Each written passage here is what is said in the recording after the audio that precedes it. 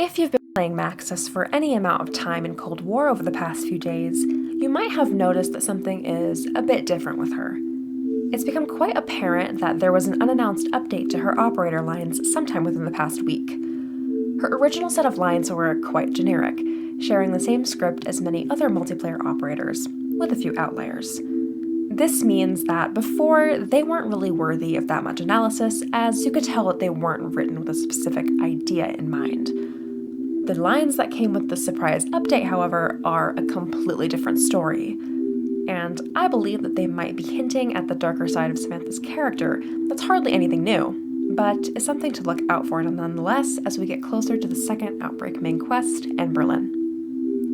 The first thing I would like to go over is the content and overall tone of the lines, before I get into what exactly I think they mean. There's a shared theme with these lines. Almost all of them carry a very ominous and sinister energy in wording and line delivery. This already suggests a return to her more corrupted self in some form. Now, while it's true that Maxis has had lines like these ever since she first dropped as an operator, I find it to be quite strange that they would drop an entire batch of these sharing this tone at once, without any explanation, before a major content update. The timing of when these lines released just feels a little bit too deliberate to just be a standard content update where they fix some of her lines like they've been doing with everyone else. So let's put on our tinfoil hats and go over some of these in detail, assuming that this is meaningful. Oh, and I'm not going to be going over every single line, just a few ones that I found to be of interest and that I could clip. I have a document full of all of the ones I was able to find thus far, and we'll be posting it in the description if you want to go take a look at them. So, just before we start going over the lines in a little bit more detail, something that I feel has been quite overlooked is that Maxis' operator canonicity was actually brought up in an audio log that dropped at the beginning of Season 3. It's in the one called Outbursts, where she recounts to Weaver how she has a recurring dream where she is in the field fighting for something over and over. This idea of her operator status being a dream starts to make a lot more sense with some of these new lines, such as, "This is wrong. I should not be here. Are you watching this, Weaver?" These lines show an awareness and perception of events that just doesn't make sense when thinking of her operator as strictly non-canon. She's aware of something going on with herself that is amiss. She knows that there's something wrong with her existence in some form. And the Weaver one is the one that sticks out to me the most, because we know that Sam has not been cleared for field ops in canon, so this brings more weight to the dream interpretation and provides context for this line. She's had a lot of strife with Weaver ever since being brought to Requiem HQ, and she seems to have been deeply affected by his distrust of her. So for this line to be present, where she seems to want him to be seeing her accomplishing something, to prove him wrong about distrusting her, it's all quite telling. Because how someone truly feels can sometimes come out in the form of dreams, which, through her operator, is a very effective way of conveying to us, the audience, the things going on with her that would not make sense to be revealed in the main intel at this time. In another intel this season, the document titled Maxis Progress Report, Gray makes note of the fact that she can't gauge Samantha's honesty regarding her memories. She can't tell which memories are being deliberately withheld and which are being repressed. This is where the more sinister lines come in. I think it's possible to conclude the status of her memories more clearly than it was able to be done in the past. Take these lines, for example. "Do you even know what I'm capable of? I am far from finished. I have plans for you. Why do you refuse to obey? Fear me. Are you scared of me? Maybe you should be."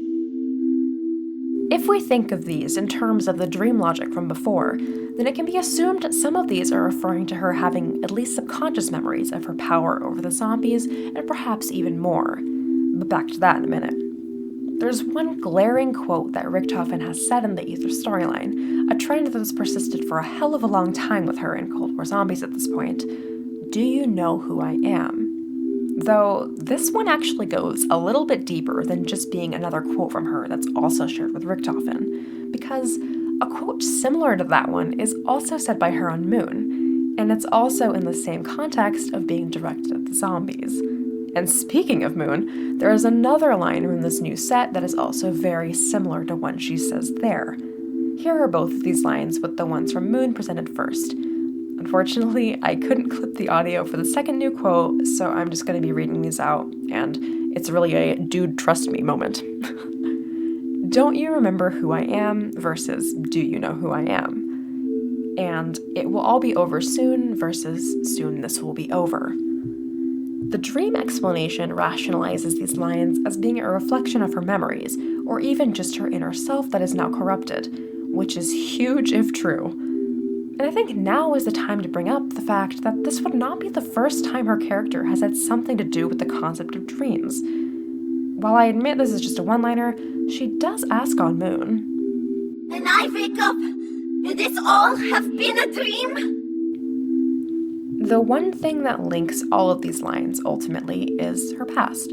They're all kind of reminiscent of how she was as a child. From her asking Weaver, her father figure, if he's watching her accomplish something, to the lines that are similar to when she was most corrupted.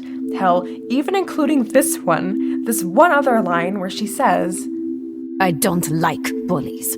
It's all very childlike for her, and this return to her younger corrupted self is something we had yet to really see beyond her causing the outbreak at Outpost 25.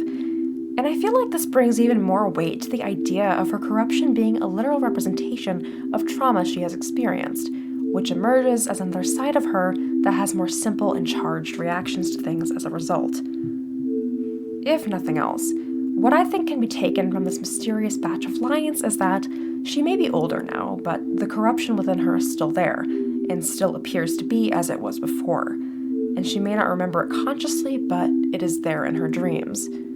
This is terrifying in terms of her character, with lines such as, I have plans for you, and one I neglected to mention earlier, change is coming. There's a definite possibility of her losing this battle with corruption, and soon. If any of this holds any water, well, I think we're in for a hell of an arc with her going forward. Whether it be her always remembering the past, her going mental from grief in some way, or even just her giving in and becoming fully corrupted for some other reason, I think Season 4 is going to bring the bombshells, ladies and gentlemen. Or, maybe these lines are just a result of wanting to make her operator lines more diverse. That's always possible too. Whatever the case may be, thank you for watching.